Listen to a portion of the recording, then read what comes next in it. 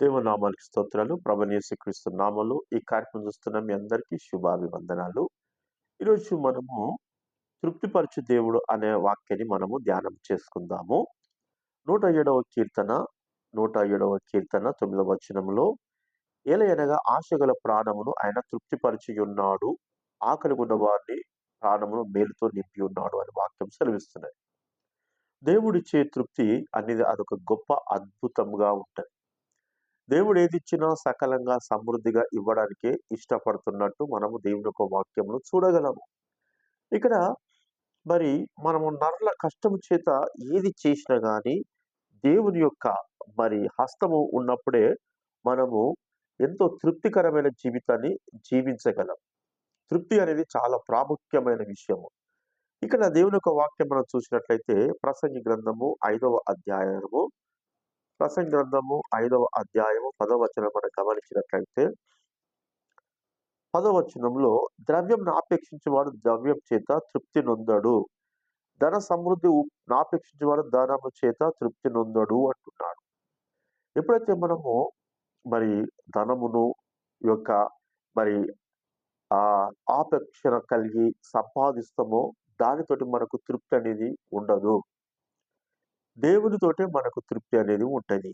అందుకే వాక్యం ద్రవ్యం ఆపేక్షించేవాడు ద్రవ్యం చేత తృప్తి ఉండడు. బంగారం సంపాదించి డబ్బు సంపాదించిన ఆ డబ్బును బట్టి తృప్తి అనేది మనకు ఉండదని దేవుని యొక్క వాక్యము సెలవిస్తున్నది. ఇక్కడ మనకు మత్తయి సువార్త 15వ అధ్యాయము 37వ వచనం గమనించినట్లయితే మత్తయి సువార్త 15వ అధ్యాయము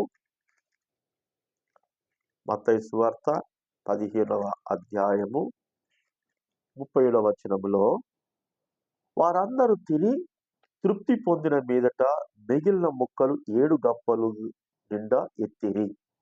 దేవునికి స్తోత్రాలు. దేవుడు మరి 5 రొట్టెలు 2 చేపలను ఏం చేసినట దేవుడు మరి ఆశీర్వదించిన తర్వాత ఏమైపోయింది అంటే ఇక్కడ ఏమీ లేకుండా ఖాళీగా వచ్చారు. ఈ ఖాళీగా ఉన్న వ్యక్తుల స్థితిని దేవుడు చూసిండు. ఆశ గల ప్రాణమును అంటే వాళ్ళకున్న అవసరము దేవుడికి చెప్పలే గాని వాళ్ళ అవసరాన్ని దేవుడు గుర్తెరిగిండు.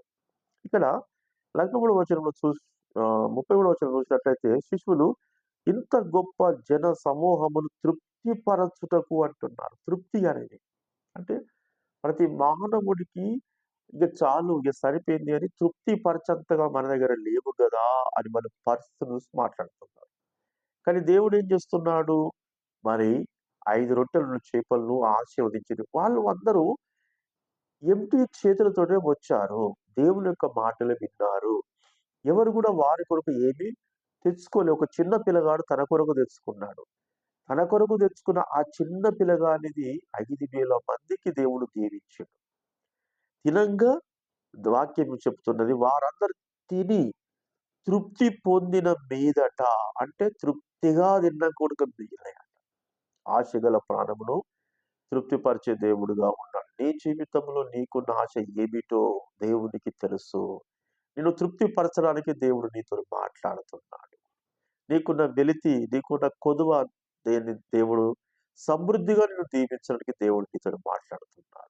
దేవునికి స్తోత్రాలు. కనుక ఇక్కడ మీరు ఏమి తీసుకపోయినా లేదని మనకి ఇక్కడ రాయబడలే కానీ చిన్న పిల్లగాడు తన కొరకు తీసుకొచ్చుకున్న ఆ మరి భోజనమును 5,000 మందికి తృప్తిగా ఇచ్చిండట. అంటే తృప్తి అనేది దేవుని దగ్గర ఉన్నది. తృప్తి పరిచేది దేవుడే.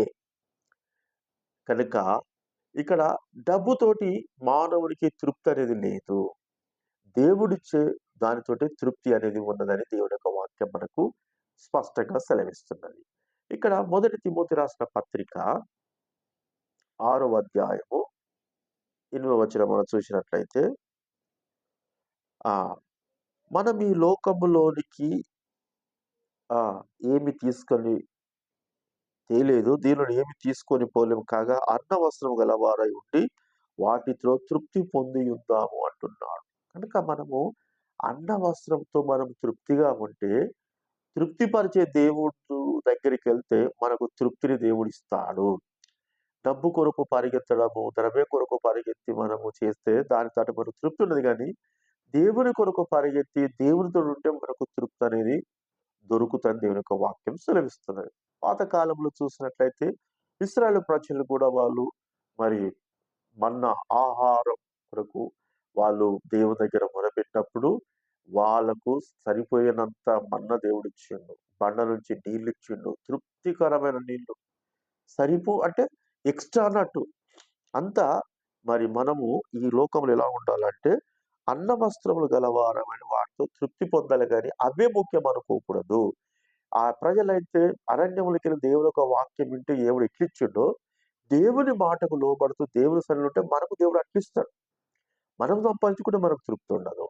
కనుక కీర్తన గ్రంథం 147 అధ్యాయం 14 వచనం చూసినట్లయితే, కీర్తన 147 అధ్యాయం 14 వచనం.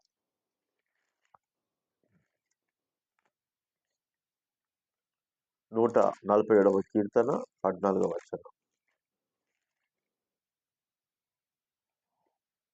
14వ వచనంలో నీ సరిహద్దులో సమాధానము కలగజేయవాడు ఆయనే. మంచి గోధుమలతో నిన్ను తృప్తిపరచువాడు ఆయనే. దేవుడు ఏదిచ్చినా మంచిదే ఇస్తాడు. నీ సరిహద్దులో నీ ఇంట్లో మరి అన్ని రకాల క్రిటికల్ పొజిషన్స్ ఉండవచ్చు.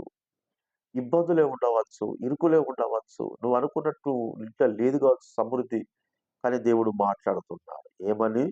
నీ సరిహద్దుల్లో సమాధానం దేవుడు కలుగజేస్తానికి ఇష్టపడుతున్నాడు. మంచి గోధుమలతో నిన్ను తృప్తిపరచడానికి దేవుడు ఇష్టపడుతున్నాడు. కనుక తృప్తినిచ్చే దేవుడు నువ్వు కలిగి ఉన్నావు గనుక దేవుడు నీకు తప్పకుండా తృప్తినిస్తాడు. ఈ కొద్ది మాటలు ప్రభు మన వెనుకలో దీవించును గాక. ఆమేన్. Praise the Lord to all. Thank you.